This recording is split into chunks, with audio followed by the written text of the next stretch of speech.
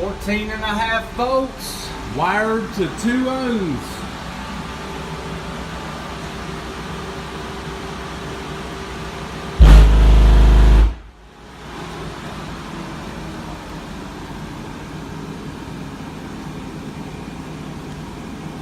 At 5.2 ohms. 7,504 watts.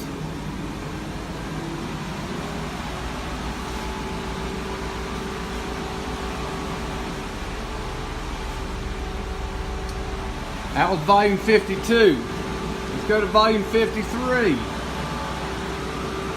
So 162.6. Let's see if we can increase that.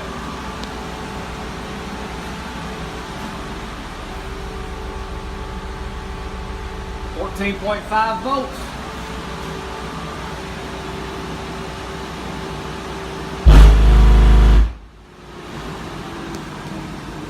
So volume 53. That's probably our peak. So we're still, we're getting 7,800 watts at 5.2 ohms. 5.2 ohms after rise. 7,823 watts. And that was a 14.5 volt test, because I know that